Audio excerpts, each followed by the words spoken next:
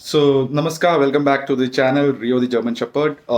आज जो एक सवाल हमने पिक किया है वो ये है कि जर्मन शेपर्ड को रखना कॉस्टली अफेयर है कि नहीं, यानी कि जर्मन शेपर्ड को कौन कौन अफोर्ड कर सकता है रखना और कितने पैसे खर्च हो जाएंगे, क्या है।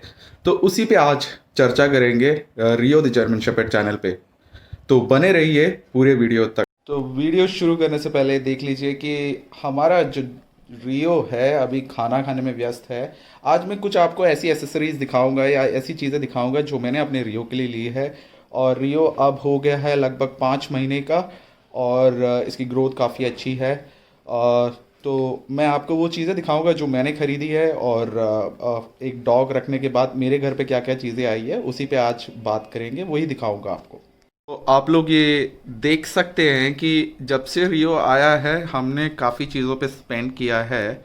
और ये करीबन करीबन काफ़ी चीज़ें हैं जो घर पे है, मैंने जो इकट्ठी कर ली है। और आज इसी पे बात करूँगा कि कितने इस पे खर्च हो जाएंगे, क्या है, आपको ये लेना ज़रूरी है, क्या आप जर्मन शेपर्ड को रख पाएंगे कि नहीं।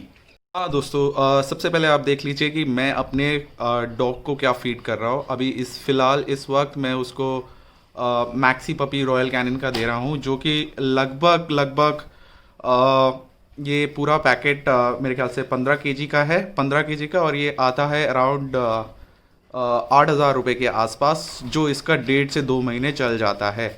अदर दैन दिस आपको इन्वेस्ट करना पड़ेगा इसके मीट पे, इसके वेजिटेबल्स पे, और भी जो जो इम्पोर्टेंट चीज़ें हैं उन सब चीज़ों पर। ये सबसे पहले एक बहुत ही इंपॉर्टेंट चीज़ है कि आप अपने डॉग के लिए उसका जो डिज़ायर्ड या उसके लायक जो डॉग फूड है वो ख़रीदना आपके लिए बहुत ज़रूरी है। तो हर महीने लगभग 1.5 महीने में हम इस पे इन्वेस्ट करते हैं, करीबन करीबन 8,000 रुपये के करीब इन्वेस्ट करके ये खरीदते हैं। इसके लिए ये बड़ा ही ऐप्ट रहा है और इसकी ग्रोथ काफ़ी जल्दी हुई है और काफ़ी अच्छा हुआ है। तो इस ब्रांड पे हम भरोसा भी करने लगे हैं और इसको पसंद है तो हम यही लेते हैं। तो नेक्स्ट इंपॉर्टेंट चीज़ इस पे हम पैसा खर्च करते हैं या हम खरीदते हैं, जो कि करीबन करीबन हमारा 3-4 महीने जो स्पेंड हो जाता है, 3-4 महीने के लिए जो इनफ पड़ता है, वो है इसके ट्रीट्स। तो आप यहाँ पे देख सकते हैं कि हमने यहाँ पे डॉग बिस्किट खरीदे हुए हैं। ये करीबन करीबन 250-300 रुपये के आसपास केजी मिलता है और सील्ड मिलता है। तो आप ये यूज़ कर सकते हैं एज ए रिवॉर्ड्स के लिए। और इसके अलावा हम इसको देते हैं ये कैल्शियम चिकन स्टिक, जो कि है करीबन करीबन ये है 300 रुपये का। सो आप उस पर प्राइस भी देख सकते हैं। सो कैल्शियम चिकन स्टिक ये एक अच्छा ब्रांड का है और जो कि बहुत ही यूज़फुल रहा है। ये बहुत एंजॉय करता है इसको खाते वक्त। और इसके टीथ को फ्रेश रखने के लिए हमने ये चू स्टिक खरीदा है, नॉन स्टिक चू स्टिक है ये। और ये पड़ता है ये 450 ग्राम का है और ये पड़ता है 200 रुपये का। ये चिकन स्टिक और ये एज ए ट्रीट रियो खाता है और रियो इसमें काफ़ी खुश है। तो इस पे भी आपको इन्वेस्टमेंट करनी पड़ेगी, क्योंकि आपको अगर कुछ भी अपने डॉग को सिखाना है तो आपको इन रिवॉर्ड्स की बहुत ज़रूरत पड़ेगी। यानी कि आपको ये लेना पड़ेगा ताकि आपका डॉग आपकी बात मान पाए और आपके कमांड्स पे चल पाए। तो उसको अच्छे राइट चीज़ों पे, राइट बिहेवियर पे आपको उसको रिवॉर्ड करना पड़ेगा। तो अब बात कर लेते हैं कुछ मेडिसिन जो मैंने रियो के लिए ख़रीदा है और जो हमारे लिए बड़ा यूज़फुल रहा है। एक चीज़ जो आपको कंटिन्यूसली उसको देनी पड़ेगी वो है कैल्शियम टैबलेट्स।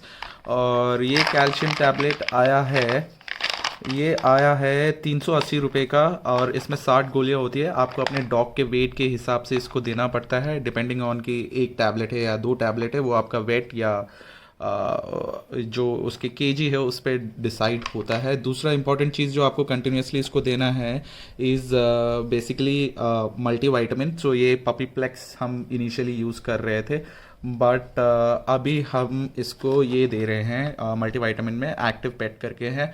तो अगर ये देखूँ तो ये अराउंड 200 रुपये का है। सो ये महीने भर के लिए तो चल जाएगा आपके लिए, लेकिन आपको ये continuously through out the life खरीदना पड़ेगा, क्योंकि अगर आप चाहते हैं आपका डॉग किसी भी बीमारियों से बचा रहे तो ये बहुत ज़रूरी चीज़ है। और दूसरी इंपॉर्टेंट चीज़ है कि ये एंजाइम है, जैसे कि हम लोग प्रोबायोटिक लेते हैं वैसे ही ये उसके डाइजेस्टिव ट्रैक को अच्छा रखने के लिए है। और तो ये आता है करीबन करीबन 330 रुपये का। और आपको इसमें से एक पिंच देना है, उसमें आपके डॉग के फूड पे मिला देना है, जिसकी वजह से उसका डाइजेस्टिव ट्रैक सही रहेगा। और जो हमने ख़रीदा है इसके लिए, इस पे मैं एक अलग वीडियो बना चुका हूँ, ये उसके टिक के लिए हमने लिया था। तो ये है 100 ml, और ये 100 ml है 400 रुपये का। सो ये विवाल्डी कंपनी का है।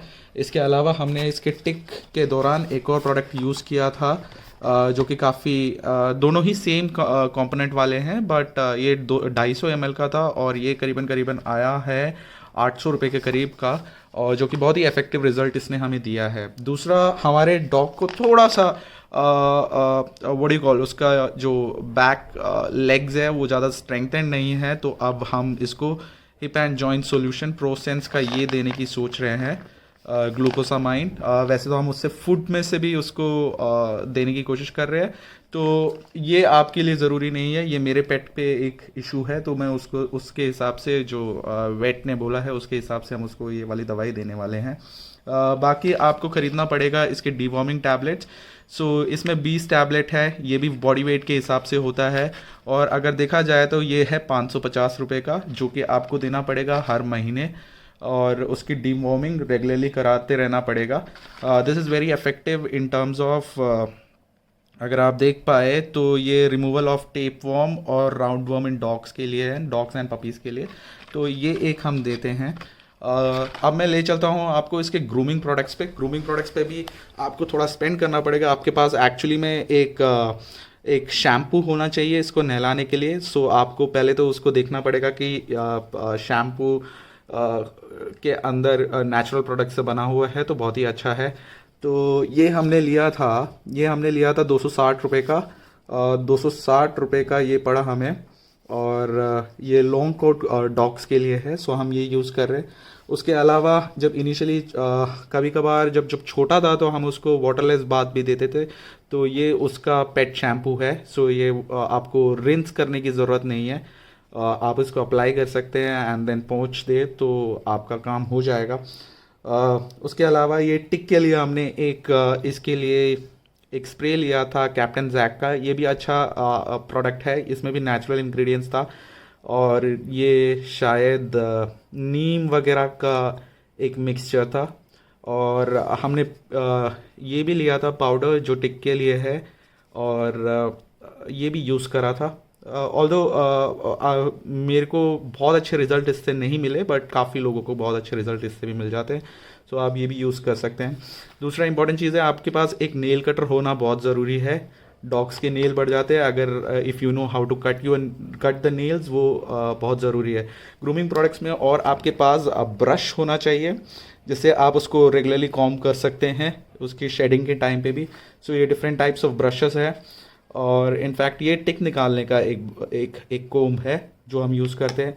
ये उसको बेथ करते वक्त नहलाने वाला स्क्रबर है, जैसे आप धीरे धीरे स्क्रब कर सकते हैं। ये रबर का बना हुआ है, it's been very soft and smooth on your puppy, तो वो इस मसाज को भी एंजॉय करेगा।